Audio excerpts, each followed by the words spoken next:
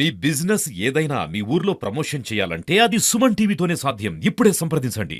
సబ్బు బిళ్ళ అగ్గిపుల్ల కాదేది కల్తీ కనరం అన్నట్లేగా ప్రస్తుతం ఈ కల్తీ జాబితాలో రైతులు కూడా చేరారు, తీవ్రంగా నష్టపోతూ ఉన్నారు.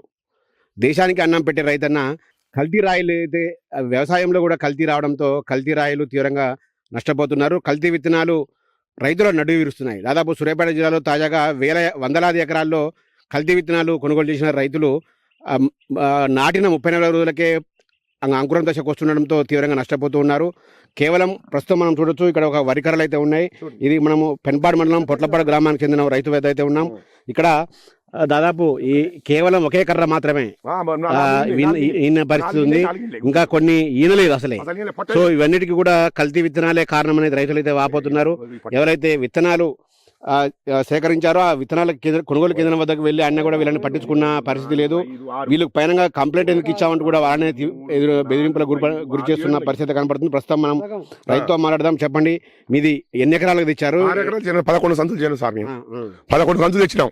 శంకర్ పేరు మొదటి కాదు, శంకర్ ఏమండి చూడండి, శంకర్ సాయి తెచ్చినామండి. పోయి తెచ్చినాం, అందరు పోతే పోయి తెచ్చినాం.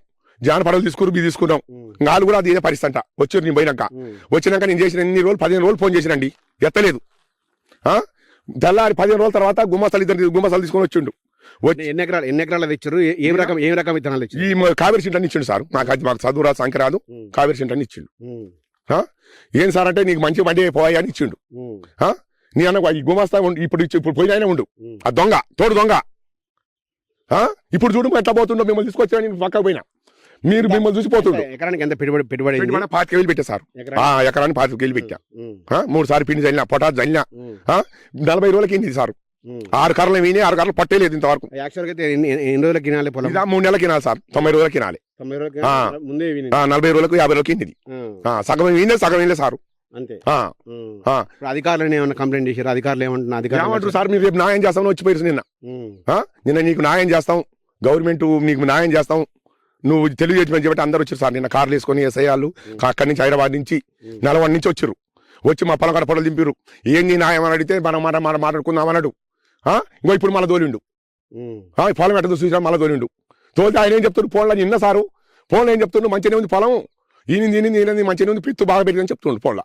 ఇప్పుడు మేము రాగానే అయితే మీరు కంపెనీ యజమానికి అడిగిపోతే ఏమంటున్నావు? ఫోన్ ఎత్తలే సారు, ఫోన్ ఎత్తలే. అసలు మాట్లాడలే. నేను అమెరికాలో ఉన్నా, నా కొడుకు బాగాలేదు, నా కోడలు బాగలేదు, నా పరిస్థితి నేనున్నా, నేను జీతకాల గుమ్మస్తలు తోలినా చూసుకోమని చెప్పినా నాకు తెలియపరచలేని చెప్పిండు సారు. అట్లా చెల్లి పరిచయం కానీ మళ్ళీ వచ్చిండు. మళ్ళీ చచ్చిండు. నేను 2 పరసలు తోలి తెల్లదామని తోలిండి. 2 తోలి పొలం చూసుకొని రాపో, రైతు నష్టపోతున్నట్ట, ఇట్లా పొలాన్ని ఇలాకర్లకు ఇచ్చినట్టు అన్ని ఇచ్చినట్టు అని చెప్పిండు.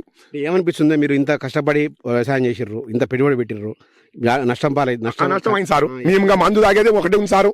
6 ఎకరాల పొలం 1,25,000 పెట్టిన పెట్టుబడి, ఇంకా మందు తాగేది ఉంది సారు. న్యాయం చేయకుండా ఇంకా మందు తాగి సచ్చేదే. నీ మందు తాగి సచ్చే సారు మేము.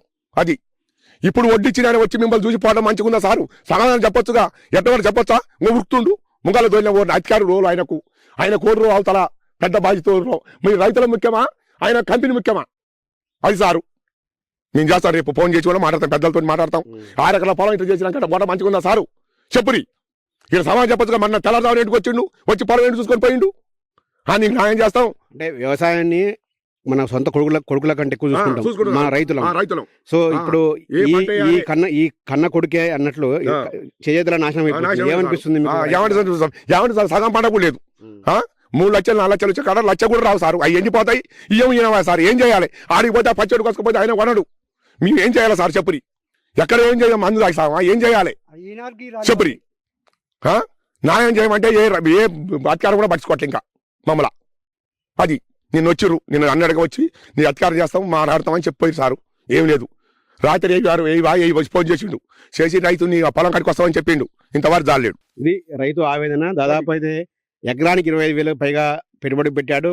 తీరా పంట ఇక చేతికి వస్తుంది అనుకున్న క్రమంలోనే ముందస్తుగానే పొలం ఈనడము 40 రోజులకి యాక్చువల్గా 90 రోజులకు ఈయన పొలం ఆ, 40 రోజులకి అంకురం పూత దశకు రావాలి. కానీ ప్రస్తుతం 40 రోజులకే వస్తుండడంతో అది కూడా ఒక్కొక్క కర్ర మాత్రమే వస్తుండడంతో రైతు అయితే తీవ్రంగా ఇబ్బంది పడుతున్నారు. ఆవేదన వ్యక్తం చేస్తున్నారు.